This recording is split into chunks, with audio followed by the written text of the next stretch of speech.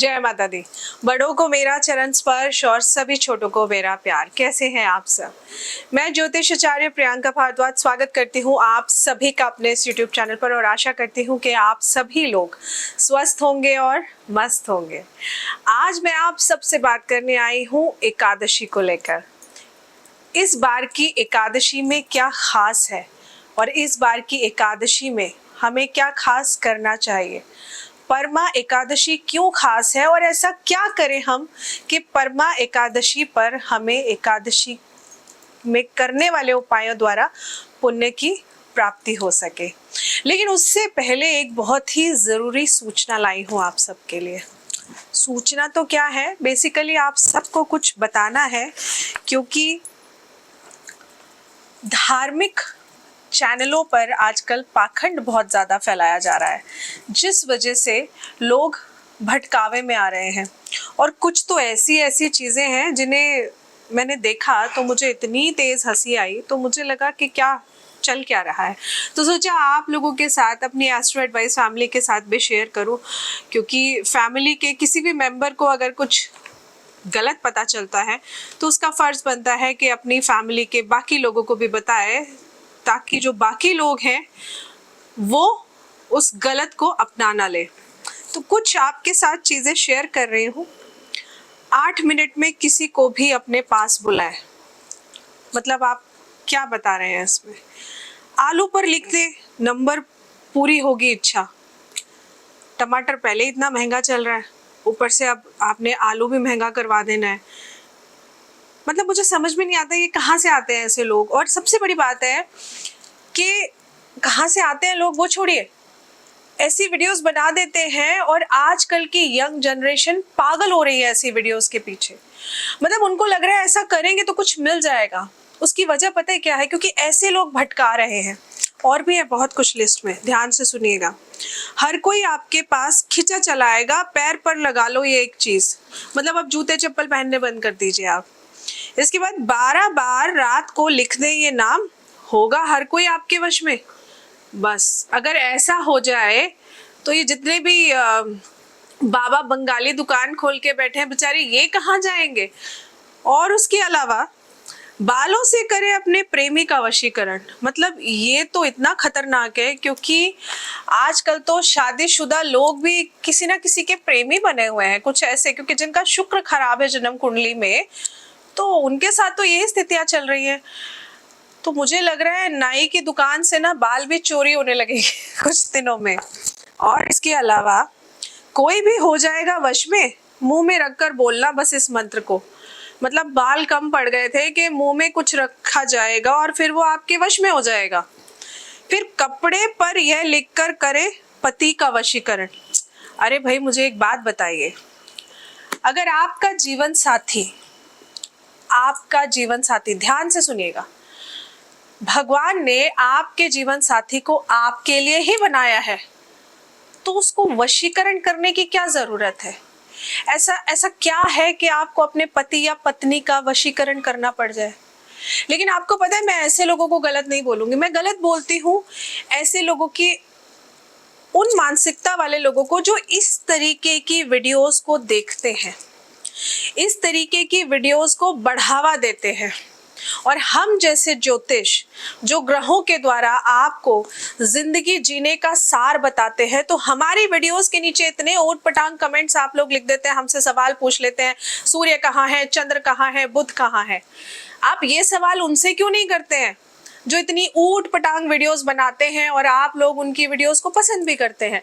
और जब बाद में चीजें खराब हो जाती हैं, जब आपके पैसे बर्बाद हो जाते हैं, तब फिर आप किसी योग्य ज्योतिषी के पास जाते हैं अपनी कुंडली लेकर और फिर कहते हैं कि हमारा तो इतना पैसा बर्बाद हो गया, अब हम क्या करें? तो एक बात आप बताइए, जैसे डॉक्टर के पास आप जाएंगे वो वैसी ही तो दवाई आपको देगा। 500 रुपए वाले डॉक्टर के पास जाएंगे तो वो उस हिसाब से दवाई देगा, किसी अच्छे स्पेशलिस्ट के पास जाएंगे तो वो उस हिसाब से आपको दवाई देगा। खैर ये तो अलग बात रही, लेकिन ये मैं आपको इसलिए बताना चाहती थी कि कुछ लोगों ने ना मुझे ये वीडियो शेयर करी तो मुझे बड़ा खराब लगा कि आज जब हम ठाकुर जी का नाम लेते हैं, और स्पेशली खास तौर से ऐसे लोग जो ठाकुर जी का नाम लेते हैं और फिर इस तरीके की वीडियो बनाते हैं, बड़ा खराब लगता है भाई। मतलब ठाकुर जी को तो छोड़ दो, उनको क्यों बदनाम कर रहे हो। लेकिन कोई बात नहीं, कर्मों का फल सबको यही मिलना है और वो ठाकुर जी ने ही देना है। चलिए हम वीडियो की शुरुआत करते हैं और एकादशी पर क्या खास करना है आइए जानते हैं। एकादशी का व्रत इस बार खास क्यों है? देखिए अधिक मास में पड़ रहा है और 12 अगस्त 2023 को परमा एकादशी का व्रत हम सब रखेंगे। ये अधिक मास के कृष्ण पक्ष की एकादशी है। तो एकादशी व्रत को लेकर कुछ एक नियम भी बताए गए हैं जिसको मैं आपको बार बार बताती हूँ। तो अगर आप इन नियमों का पालन भी कर ले तो वो व्रत समान हो जाता है, और जो इन नियमों का पालन नहीं करता वो किसी पापी से कम नहीं माना जाता है। हमारे हिंदू धर्म में, हिंदू शास्त्र में, हिंदू धर्म में भगवान विष्णु का आशीर्वाद पाने के लिए एकादशी व्रत रखने का विधान है। 12 अगस्त 2023 को परमा एकादशी का व्रत रखा जाएगा। ये अधिक मास के कृष्ण पक्ष की एकादशी है। मान्यता है इस व्रत को करने से कभी भी धन की कमी नहीं रहती है। अगर आपको धन से जुड़ी समस्याएं आती हैं तो आप इस बार परमा एकादशी पर मेरे द्वारा बताए हुए उपाय करके तो देखिए। अगर माता लक्ष्मी आपके किसी भी प्रकार के कर्मों की वजह से रुष्ट हो गई है तो इस बार प्रभु श्री हरि विष्णु से माफी मांगिए और जो उपाय मैं आपको बताती हूँ उन्हें करके तो देखिए। माँ लक्ष्मी जरूर आपके घर आएंगी, आपकी आर्थिक स्थिति अच्छी होगी, आर्थिक तौर पर लाभ भी आपको मिल सकता है। पौराणिक कथा सुनाती हूँ, एक बहुत अच्छी सी कथा है और उसके अनुसार पर आपको बताती हूँ कि इस व्रत का फल कैसे मिलता है। एक बार एक गरीब ब्राह्मण भी धनवान बन गया। अब ये कैसे हुआ आइए बताती हूँ। सनातन परंपरा में एकादशी व्रत को लेकर बहुत सारे नियम बताए गए हैं जिसकी अनदेखी करने पर व्यक्ति को पुण्य की जगह पाप का भागीदार बनना पड़ता है। सुबह अगर नहीं कर सकते हैं आप पूजा पाठ तो कम से कम शाम को करिए, लेकिन करिए जरूर। लेकिन अब कुछ नियम जो मैं आपको बता रही हूँ, इन नियमों का आप ध्यान रखिएगा। सुबह के समय आपको जो काम मैं आपको बताऊंगी आपको बिल्कुल नहीं करने हैं। परमा एकादशी व्रत करने से साल भर के धार्मिक कर्म और दान का पुण्य मिल जाता है, इसलिए इस दिन सुबह देर तक नहीं सोना चाहिए। इनफैक्ट अगर आपका व्रत नहीं भी है तो भी दिन में नहीं सोना चाहिए, क्योंकि दिन का जो समय है ना, जब सूर्य देव निकले हुए हैं, ये कर्म करने का समय है, कार्य करने का समय है। तो इस समय को अगर आप सो के गुजारते हैं तो मतलब आपका जो कर्म आप कर रहे हैं वो आपने सोने में अपना समय बेकार कर दिया। तो ऐसा तो बिल्कुल भी मत करिए। जिसका व्रत है, ऐसा कहा जाता है कि रात्रि में जागकर जागरण करिए, लेकिन अगर आपको शारीरिक कष्ट है तो जितनी देर आप जाग सकते हैं और प्रभु का नाम ले सकते हैं उतनी देर जागकर आप प्रभु का नाम लीजिए। क्योंकि भगवान कभी ऐसा नहीं कहते हैं अपने भक्त को कि तुम कष्ट पाओ उससे मुझे सुकून मिलेगा या उससे मैं प्रसन्न होऊंगा, ऐसा कभी नहीं कहते हैं। तो अपने को कष्ट देकर आप कभी भी भगवान की भक्ति मत करिए, क्योंकि उसमें आपके प्रभु को ही कष्ट होगा। इसके अलावा विष्णु जी के मंत्रों का जाप करना भी बहुत अच्छा होता है अगर आप एकादशी पर करते हैं। अगर एकादशी पर सपोज करिए आप पूजा पाठ कर रहे हैं घर में और आप अकेले हैं और ऐसे में कोई आपके घर में अतिथि आ जाता है, कोई मेहमान आ जाता है, तो ऐसे में आप क्या करेंगे? आप अपनी पूजा ही कंटिन्यू करते रहेंगे, लेकिन ये गलत है। अगर कोई अतिथि आ गया है, ऐसा कहा जाता है कि पूजा को बीच में छोड़कर नहीं जाना चाहिए, लेकिन जब कोई और नहीं है और अतिथि आया है तो कहते हैं ना अतिथि देवो भव, तो आप अपनी पूजा को वहीं पे विराम कर भगवान के आगे दोनों हाथों को जोड़कर कि अतिथि आया है आपके रूप में, मुझे उसे देखना है, तो आप उठिए। ये आपका कर्म है। ये नहीं कि कोई आया है आप अपनी पूजा में लगे हुए हैं कि भाई हम तो पूजा से नहीं उठेंगे चाहे कुछ भी हो जाए, ये गलत है, ऐसा मत करिए। तो इस बात का भी ध्यान रखिए। एकादशी के दिन जो व्यक्ति पशु पक्षी और घर में आए हुए व्यक्ति को खाना खिलाता है या फिर मैं बोलूं पानी भी पिला देता है ना, तो आप समझिए कि आपको एक बहुत बड़े पुण्य की प्राप्ति होती है। इस दिन पितृ किसी भी रूप में आपके द्वार पे आ सकते हैं, ऐसा कहा जाता है। इसीलिए कहते हैं कि इस दिन द्वार पे आए हुए किसी भी व्यक्ति को खाली हाथ मत लौटने दीजिए। अगर पड़ोस की भी कोई महिला आपके घर आ जाए ना, तो उनको अंदर बुलाइए, पानी तो कम से कम पिलाइए। और खास तौर से इस दिन आपको जो रंग मैं आपको बता रही हूँ, इन रंग के वस्त्र बिल्कुल भी नहीं पहनने चाहिए। एकादशी वाले दिन व्रत करने वाले व्यक्ति को काले रंग के वस्त्र भूलकर भी नहीं पहनने चाहिए। काला रंग नकारात्मकता का प्रतीक है, इससे व्रती पर बुरा प्रभाव पड़ता है, व्रत का फल उसको नहीं मिलता है। इसके अलावा एकादशी पर किसी से दान नहीं लेना चाहिए। अगर आपका व्रत है तो आप किसी के घर का कुछ खाइए मत। परमा एकादशी के दिन दान देना बहुत पुण्यकारी माना जाता है, लेकिन ध्यान रहे इस दिन व्रत करने वाले भूलकर भी किसी दूसरे के घर का जल, फल, अन्न बिल्कुल भी ना खाएं, क्योंकि ऐसा करने से आपका जो भी पुण्य है कमाया हुआ वो सामने वाले को मिल जाता है। लेकिन मैं इसलिए नहीं कह रही हूँ कि आपका कमाया हुआ पुण्य सामने वाले को मिल जाएगा तो इसलिए आप मत खाइए, मत पीजिए।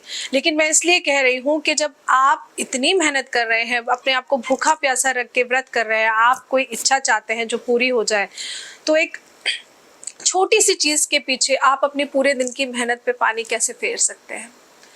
ना ही इस दिन आपको कोई दान लेना चाहिए। अगर किसी कारणवश ऐसा करना भी पड़े तो उसके बदले में आप उन्हें कुछ रुपए दे दीजिए, इससे आपका व्रत खंडित नहीं होगा, नष्ट नहीं होगा।